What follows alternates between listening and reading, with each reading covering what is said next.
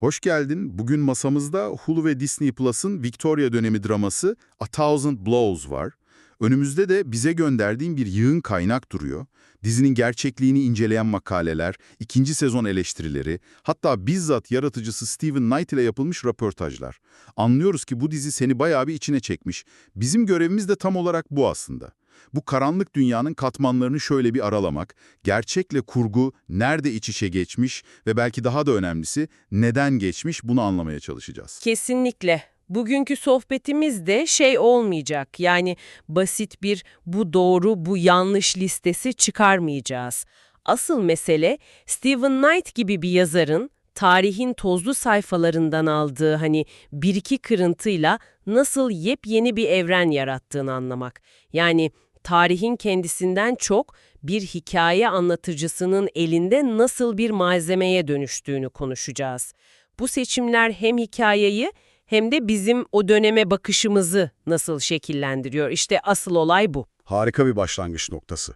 O zaman en temelden yani karakterlerden başlayalım. Stephen Graham'ın canlandırdığı Henry Sugar Goodson, ben kaynaklarda okuyunca şaşırdım açıkçası. Gerçekten de tek gözlü, acımasızlığıyla bilinen ve 1882'de bir şapelde yasa dışı dövüş yapmış gerçek bir çıplak el boksörüymüş. Yani dizinin merkezindeki adam gerçek. Almış bilge ve yorgun bir akıl hocası gibi. Oysa gerçek Goodson 1880'lerde 20'li yaşlarının ortasındaymış. Yani aslında yükselen bir yıldız, emekliliği gelmiş bir efsane değil. O mafya babası kimliği, Hezekiah ile olan o derin rekabet, bunların hepsi hikayeyi zenginleştirmek için eklenmiş kurgusal katmanlar. Hatta çok ilginç bir detay daha var. Gerçek Goods'un lakabı tek gözlü olmasından geliyor ama dizide iki gözü de sağlam. Evet, doğru. Bu bile tek başına çok şey anlatıyor aslında. Tabii ki. Knight'ın gerçeklerden ilham aldığını ama onlara körü körüne sadık kalma gibi bir derdi olmadığını gösteriyor. Yani bir yaşlı kurt arketipi yaratmak için karakterin yaşını tamamen değiştirmişler. Peki rakibi Hezekiah Moskov, onun hikayesi de bu kadar kurgu mu? O aslan terbiyeciliği detayı bana gerçek olamayacak kadar inanılmaz gelmişti mesela. İnanılmaz ama gerçek olan kısım tam da o. Tarihi kayıtlara göre Hezekiah Moskov'u boksör olmadan önce Shoreditch'teki Doğu Londra Akvaryumunda gerçekten de bir aslan terbiyecisi olarak çalışmış. Bir yazarın böyle bir cevher bulduğunu düşünebiliyor musun? Sanki karakterin yarısı senin için zaten yazılmış gibi. Stephen Knight'ın bunu bulup "Tamam, karakterim bu" dediğini duyar gibiyim. Kesinlikle.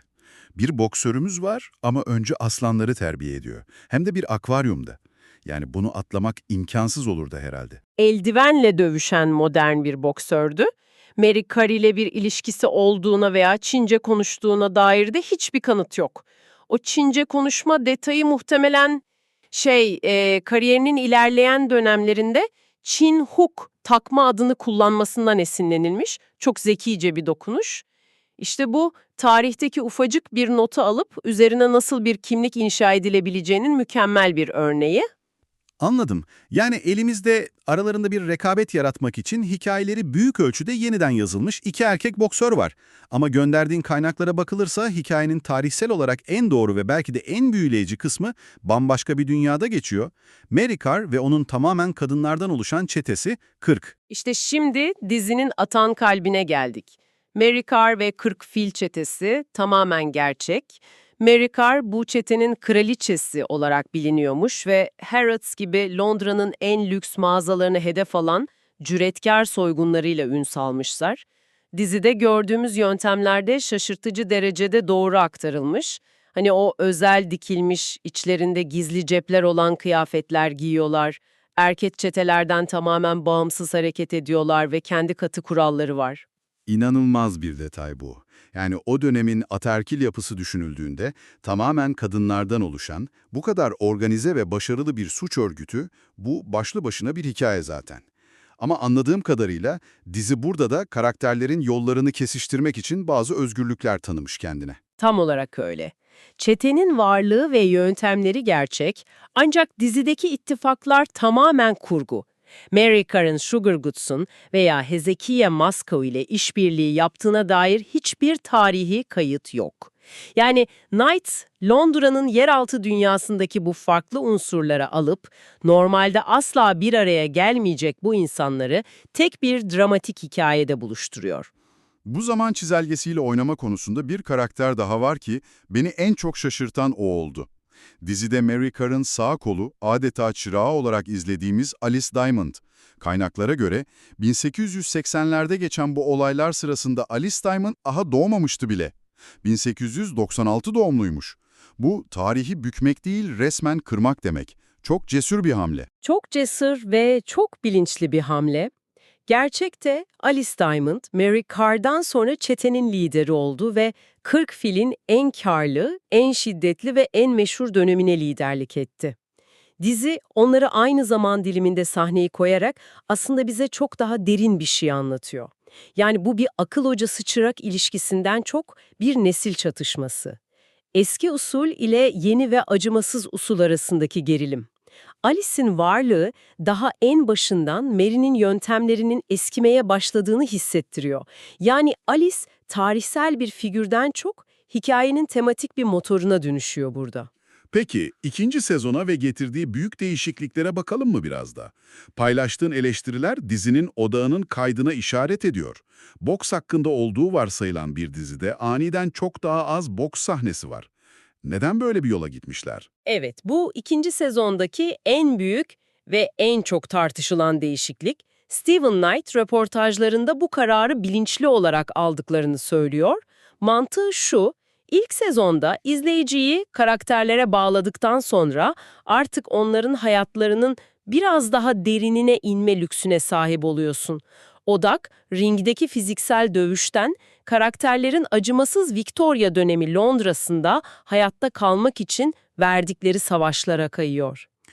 Anlıyorum ama The Guardian gibi bazı eleştirmenler bu değişimi pek de hoş karşılamamış. Hatta bir eleştiride sezon gerçekten çok iç karartıcı olarak tanımlanıyor. Sezon başında Sugar perişan, Hezekiah toplumdan dışlanmış, Mary annesinin baskısı altında. Yani bu derinleşme karakterleri daha da dibe çekmek anlamına mı gelmiş? Kesinlikle ve bu kasvet tamamen kasıtlı. Oyuncular röportajlarında o dönemin sert gerçeklerini, özellikle de evsizliği ve yaşamın ne kadar pamuk ipliğine bağlı olduğunu araştırdıklarını anlatıyorlar. Dizi bu otantik ve korkutucu atmosferi yaratmak için 1888'deki Kibritçi Kızlar Grevi gibi gerçek olaylara ve Karındeşen Jack cinayetlerinin yarattığı o tekinsiz atmosfere yaslanıyor. Yani artık mesele bir dövüşü kazanmak değil, ertesi sabaha uyanabilmek, riskler çok daha büyük. Hikayenin ruhu değişiyor yani. Tam bu noktada Reddit'ten gelen ilginç bir izleyici yorumu dikkatimi çekti. Bir kullanıcı, dizinin ırk ve sınıf gibi konuları ele alırken 21. yüzyıl Amerikan bakış açısı kullandığını ve hikayeyi yüzeysel bulduğunu söylüyor. Bu, dönem dramalarına sıkça yöneltilen bir eleştiri sanırım. Evet, prezentizm deniyor buna. Yani günümüz değerleriyle geçmişi yargılama tuzağı, tarihi dramaların her zaman yüzleştiği bir sorun. Dizinin yaratıcısı İngiliz olsa da başka bir Reddit kullanıcısının da belirttiği gibi dizinin temposu, diyalogları, o stilize yapısı bazı izleyicilere Amerikanlaşmış veya Netflixvari gelebilir. Ama Knight'ın savunması ilginç. O diyor ki, ne kadar geriye gidersen git, insanların temel motivasyonları aynıdır. Kıskançlık, tutku, hırs, aşk. Amacı bu zamansız insani duyguları göstermek. Bu yaklaşımda doğal olarak karakterlerin ait oldukları 1880'ler Londra'sından daha modern ve bize daha yakın hissettirmesine neden olabiliyor. Yani aslında mesele Amerikanlaşmak değil de evrenselleşmek mi?